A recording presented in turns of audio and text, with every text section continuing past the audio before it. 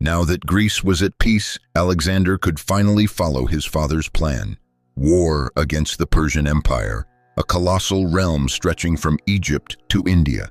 The war wasn't just about ambition, it was about revenge. For Thermopylae, for Salamis. But for Alexander, it was more. A personal dream, a destiny to fulfill. Before we continue, if you're enjoying this, hit like and subscribe. It means more than you know. Thank you. He spent nearly a year preparing the invasion, reorganizing his troops, forming a combined Macedonian-Greek army, securing funds, building fleets, leaving trusted men behind in Greece, crafting a military plan that he revealed to no one.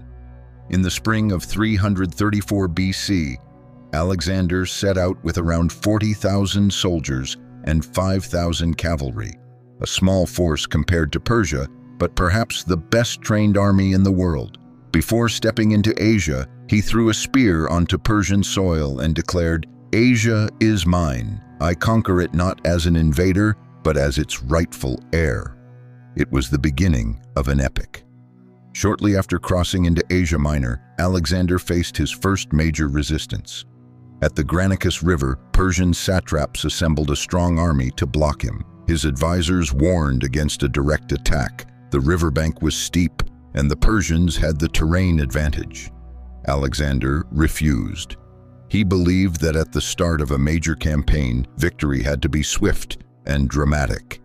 He led the charge himself, wading into the river at the head of the cavalry. The battle was chaotic. At one moment, a Persian noble raised his sword to strike him, but Clytus the Black, one of his commanders, saved him at the last second. Granicus was a complete victory. Greek cities in Asia Minor surrendered in droves. The Macedonians were no longer invaders, they were liberators. Alexander's reputation skyrocketed. This young man is not just Philip's heir, he is a military genius. After Granicus, Alexander captured city after city. The Persians were increasingly alarmed, and their king, Darius III, decided to intervene personally. Darius assembled a massive army far larger than Alexander's. As the two forces approached, Alexander was trapped between the sea and mountains, a disaster for most commanders, but not for Alexander. At Issus in 333 BC, on narrow terrain that neutralized Persian numerical superiority, Alexander executed one of the most brilliant maneuvers in history. He sent the phalanx forward to fix Darius's army in place. Then, with the cavalry, he formed the Macedonian Wedge, a penetrating formation aimed directly at the Persian center. Alexander targeted Darius himself. The Persian king, seeing the young Macedonian approaching at full gallop, panicked. He abandoned his chariot and fled, leaving behind not only his army, but also his mother, his wife, his two daughters, his entire campaign treasury, a historic humiliation. When Darius's mother and wife were brought before Alexander, they expected death. Instead, Alexander treated them with extraordinary respect. "You have not lost a king. Darius has fled. I will find him." The gesture earned him the respect of the East. Alexander was not just a conqueror, he was a visionary leader. After Issus, Alexander needed to capture the Phoenician coastal cities to deprive Persia of its navy. All surrendered except one, Tyre, an island fortress considered impregnable. Many had tried and failed. Alexander never gave up. He built a massive causeway of earth and stone, nearly a kilometer long, straight through the sea to reach the city walls. At first, the Tyrians laughed, but their laughter turned to terror as the causeway drew closer. After 7 months of siege, Alexander breached the walls and entered the city. It was a brutal but decisive victory. From that moment on, nothing could stop his march toward Egypt. In 332 BC, Alexander entered Egypt. The Egyptians saw him as a liberator from Persian rule. They welcomed him with ceremony, crowned him pharaoh, and declared him a divine son, the founding of Alexandria. On the Mediterranean coast, Alexander ordered the construction of a new city. designed to become the center of the Hellenistic world. This was Alexandria, which would later house the famous library and lighthouse, one of the 7 wonders of the world. The visit to the Oracle of Siwa. In a legendary episode, Alexander crossed the Libyan desert to consult the Oracle of Amun. The journey was harsh. The caravan got lost in the sands. Legend says that 2 giant serpents, or 2 mysterious birds, appeared and guided them. At the temple, the priests allegedly told him, "You are the son of Amun, king of the gods." From that moment, Alexander believed he had a divine mission. He was not just a king, he was chosen. In 331 BC, Alexander and Darius would face each other for the final time. Darius gathered a massive army, enough to crush Macedonia.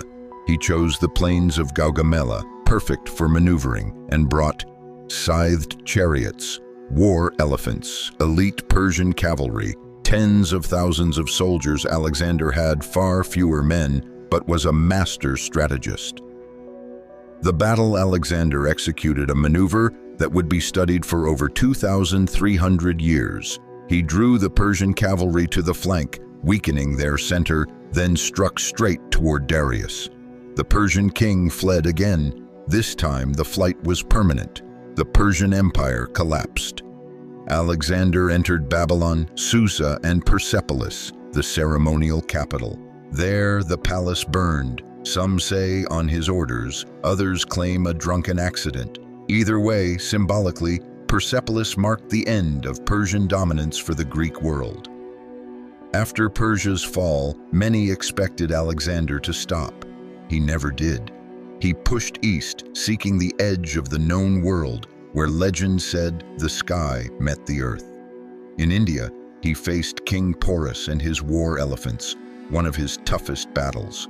The elephants crushed the phalanx. The Macedonian cavalry was outnumbered, but Alexander's encirclement maneuver secured victory. Impressed, he asked Porus, "How do you wish to be treated?" Porus replied, "As a king." Alexander allowed him to continue ruling under Macedonian protection, a moment of respect between 2 titans. Years of campaigning exhausted his soldiers. Heavy rains in India, scarce supplies, and distance from home wore them down. One day, when Alexander ordered them further east, the army said, "We go no further." They didn't revolt. They simply sat in silence, a collective refusal. For the first time, Alexander had to turn back. In 323 BC, in Babylon, he began planning new campaigns, conquering Arabia, building new cities, uniting east and west.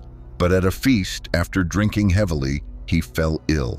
Fever, weakness, silence. When asked who would inherit the empire, he whispered, "To the strongest." 3 words that would ignite decades of war. Alexander died at 32, at the peak of glory, without an adult heir, without a stable empire. Unaware, history would call him Alexander the Great. Though his empire quickly fragmented, his legacy was immense, spreading Greek culture across Asia, founding over 20 cities, creating a military model still studied today, inspiring later empires like Rome, reshaping trade, politics, and culture. To some, a tyrant, to others, a hero, to history, a legendary leader, a boy raised on myths, a young man hungry for glory, a man who sought to unite the world. He conquered everything that could be conquered at only 32 years old, and he had conquered everything most could dream of in a lifetime. Does that make him the greatest ruler ever, or overrated? Tell us your thoughts.